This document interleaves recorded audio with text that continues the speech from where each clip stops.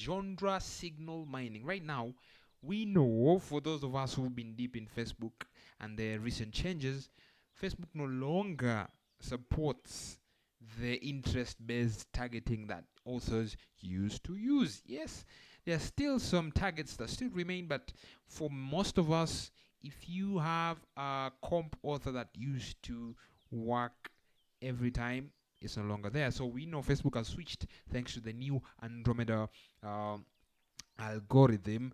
Facebook has switched to the creative as the signal it uses to find readers who would love your books. So that means if if we are encouraged to do broad targeting, or if we choose, if even if we choose to use our a specific list of interests, and you still feel like those interests don't the interests that are left right now don't really represent your audience, that means you can do a bit of heavy lifting with your creative. That means we can't allow creatives to be random and just from our own knowledge of just from feel.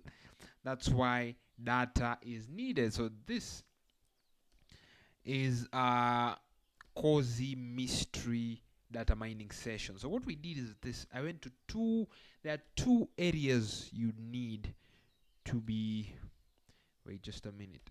Amazon, there are many multiple places you can mine this stuff, but Amazon and Facebook ads library. So what I'm trying to figure out is this: what signals, keywords, words, names of people, places, things, emotions represent a specific genre. For this cozy mystery, at the back of my mind I have words I know, but creative people are often arrogant. We think what we know is what is the truth, and when you read reviews, you will know that people are so different to a point that you need to rely on data to capture insight from different people that covers different types of audiences. Okay, uh, so when I come here, so I had two: the genre, the keywords, the hook.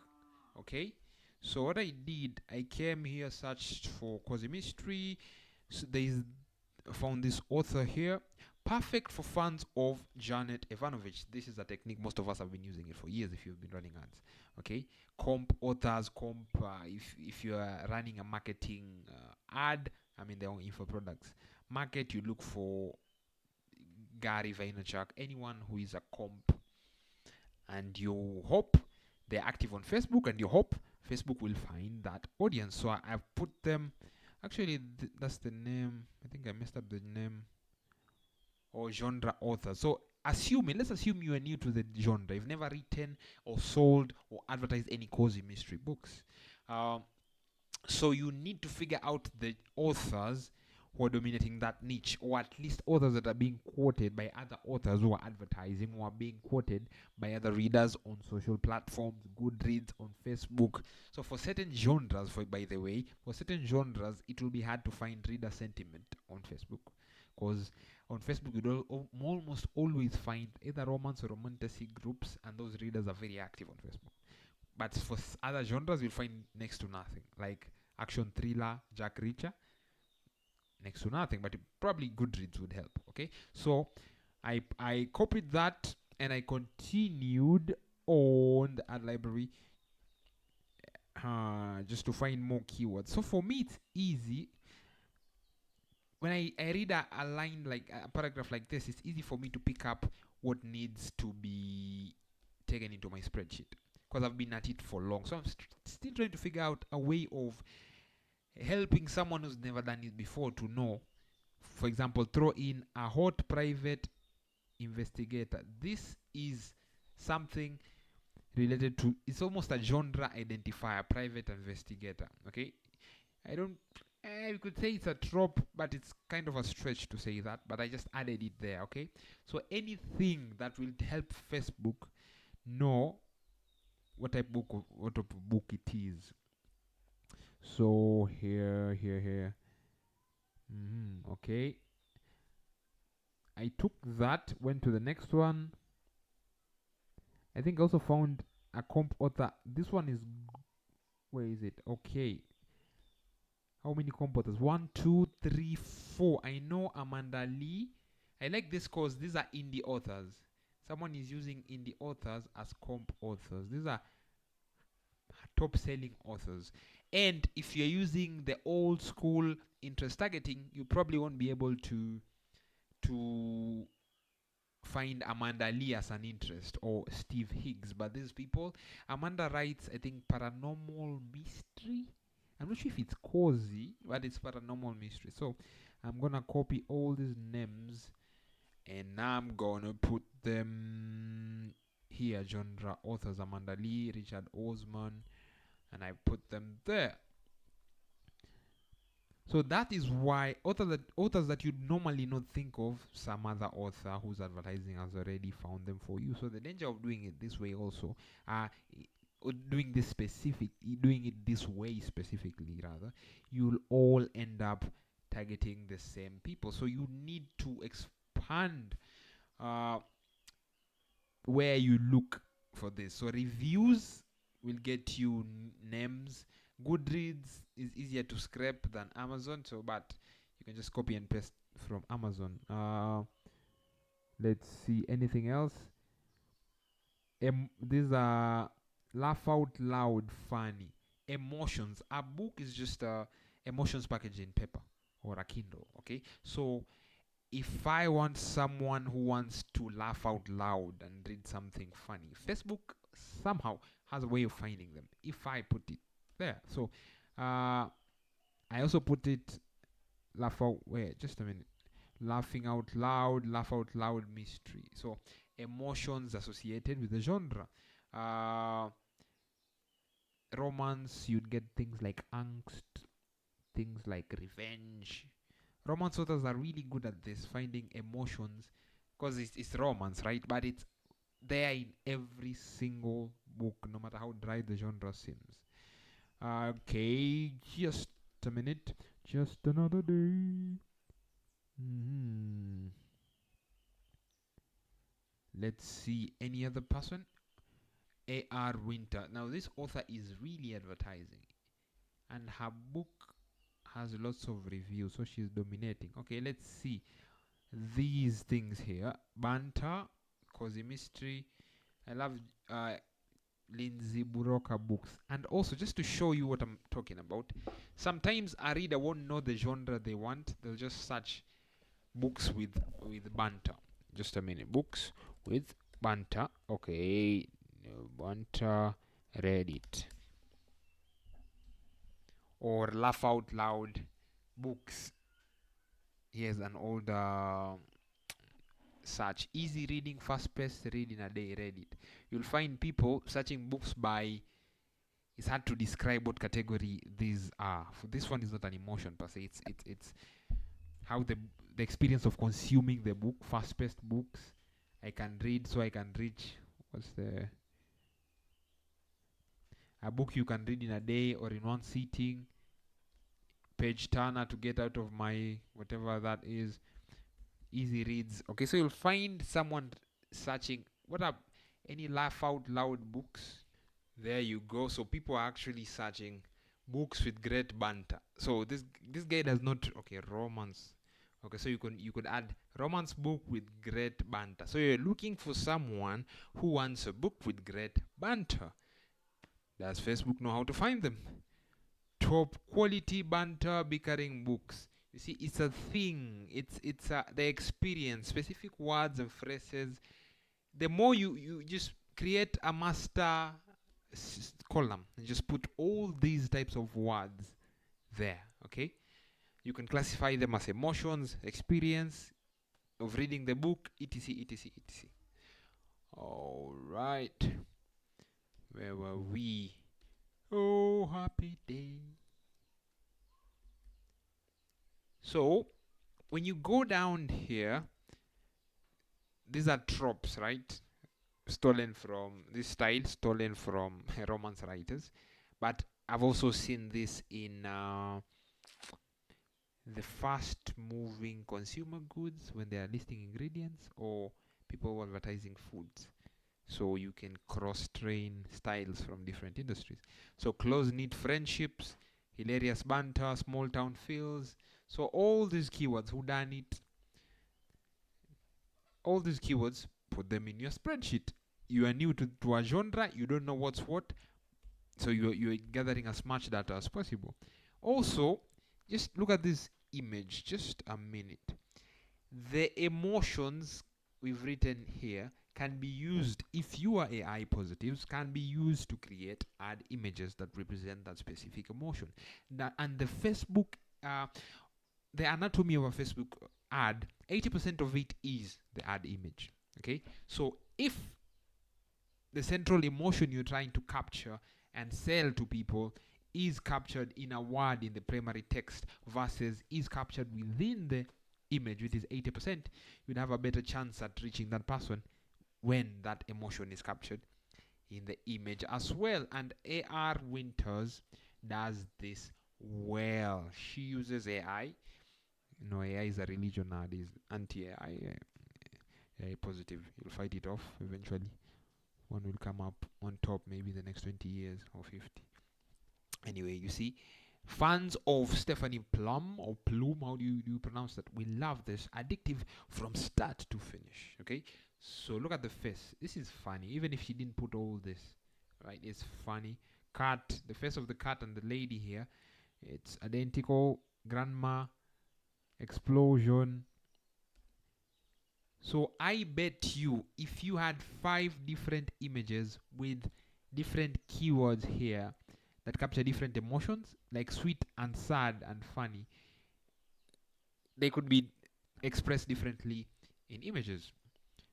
That's what you get if you're new to advertising in a specific genre. The same. Now, again, I said, if you rely on the ads library, you risk regurgitating the same things that the authors are doing, and you're fighting for the same audience. Okay, and we do know maybe 10% of people are in the market to buy right now. 80%, 90% are not in the market right now. So there may be other ways of capturing these people, and these ways, this data to capture these types of people are found in reviews. That's why I like. So I went here. I did this. I did this first, but the problem is this has been made into a movie, or will be made into a movie.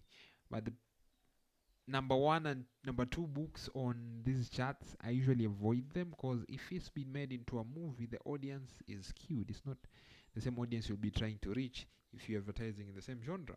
So another way of doing this is come here, then copy the reviews, and then just mine the reviews. Look for those keywords again: emotion, comp authors, comp movies, comp whatever. If you are AI positive, you can do this. Amazon is a bit tight on scraping, but Goodreads allows you to scrape reviews.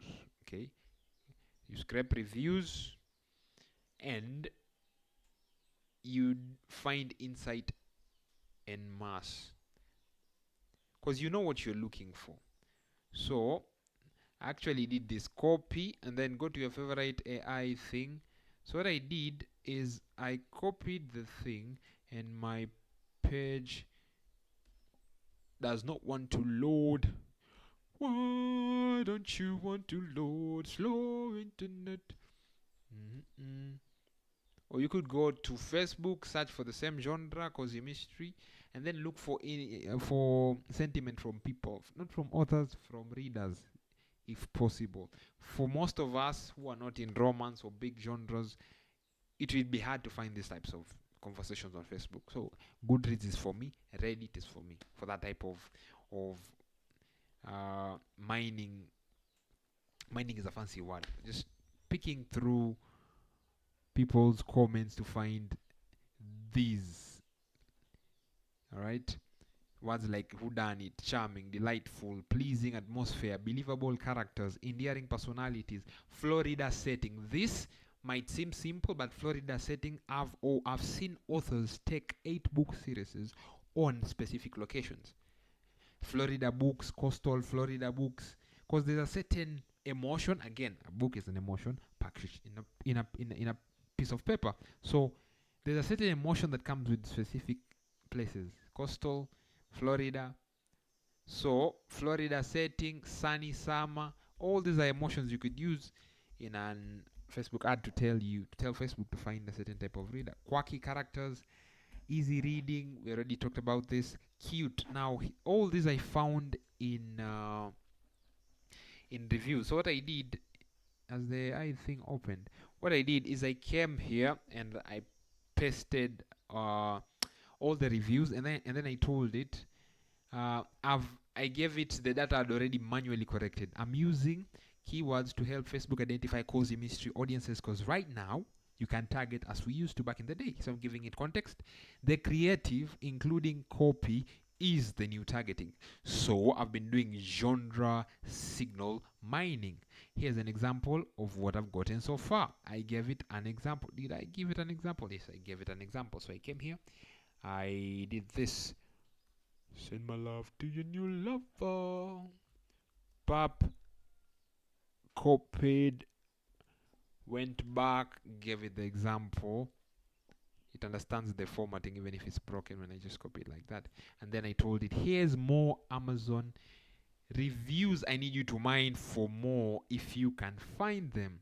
So I pasted it. So here it's what it, and it brought in chaff with stuff I could use. So stuff I could use, I've put it here. Okay, because sometimes AI is giving book specific keywords that are not really helpful unless you're targeting a big author. But things like charming, delightful, I got it from this conversation. Pleasing atmosphere for cozy. So if you're not allowed to use the word cozy, how would you find audiences who want that vibe? Red herrings, yes. Red herrings could be used. If you can't use the word mystery and twists, what else could you use? Red herrings. How would you know if you've never written in that genre? Or if you've ever, perhaps you write in that genre, but the more you are an expert in something, the more arrogant you become, and the more set in your ways you become, and the more you follow the same patterns, and you miss, again, you keep on finding 10% of the audience who are everyone is reaching, and forget or are unable to get 90% of the people who are not in the market. Someone who does not typically engage with books, but this might connect them to cozy mysteries. If you help Facebook use this to find people who love twists and mysteries, small town living, small town, because most of these books are set in small towns. Now this is why I was saying AI brings the wheat to the chaff. Irish countryside, that has nothing to do with cozy mystery, but it's particular to the book. Okay, so do all that. Now here's something I found. I can't remember where I found it, but in one of the reviews I was looking at, uh, there was a word cute used multiple times.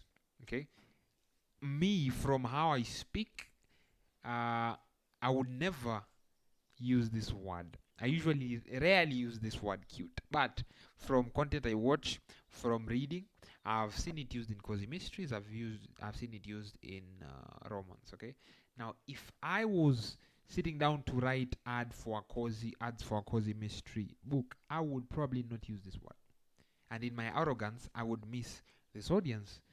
I would miss this signal that would help Facebook find this audience. That is why it's important to put away your knowledge, put away your assumptions, and just gather data. That's why I'm using a spreadsheet rather than Google Docs, because there is no emotion and ego here. I'm collecting data, rough as it may. I already know stuff. Some is obvious, some I know, some I don't. But I'll just put it in there because I know. The next day when I'm sitting down now to write, I have from my canvas, I know I have somewhere to pull from, and I'm pulling from all types of pockets and places I would never think of. But I know from either best-selling books or from ads, that it's almost guaranteed. Reducing the risk. Let me not use the word guaranteed. We are reducing the risk of not finding the right people for your books. That's why we do genre signal mining. Now this is something we do lots in the cold email world, actually, because cold email you get instant responses. Remove me from your list, someone will tell you F you. So to reduce negative uh, messages and the risk of damaging your reputation, because the more negative sentiment these AIs, Gmail and Outlook, they look at your email and see, out of 100 people, 10 people told you to F off. Okay, something is wrong with this guy. So the less we have of that, the more our email addresses survive. So we have to go and dig for voice of customer data, things that we know will resonate, so that when I put keyword X and keyword Y in the first line, I'm almost assured, or rather I reduce the risk of being told to F off. Okay, so we can do the same with ads, even though you're not getting direct feedback, but we can reduce the risk, because what we want is someone to tell us to F off so that we change. But when you're doing ads, nobody's telling you to F off. You'll be losing money. That's your F off, right? So there's something I saw here. There's a hook. It's in one of these ads. So as I was going through this, I wasn't even looking for it. I saw this when just a minute. I was going kill a couple rappers, but they did it themselves. I don't think Ariel Winters did this. I don't think Ariel Winters. But then I sing while I'm walking, so you'll have to bear with me. There's a saying where in Kenya, the day you decide to walk naked, that's when you meet your in-laws. So I'm trying to find. Oh, here you go. I'm trying to. Come on, man. I saw you here. When a grieving. Come on, man. Again, I'm walking naked. That's the day I decide to do it. My in-laws decide to show up. Why, in-laws? Why?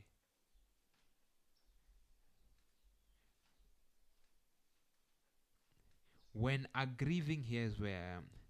When a grieving detective is transferred to a beautiful island, he soon finds himself knee deep in sand. And now, the reason why I stumbled upon that and I put it in my template, because it's a hook that is there, it's universal, it can be used across niches and industries.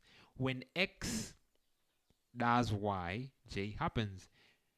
And someone wants to know what happens next. So, if you're not naturally inclined to come up with hooks, whenever you are going through all this stuff or you are in the wild, just put these frameworks. When you see something, especially the first line is everything. Just put it in there. It's a formula that you use. When a single dad loses X, X happens. When an ex paramilitary dash dash dash does this, X happens.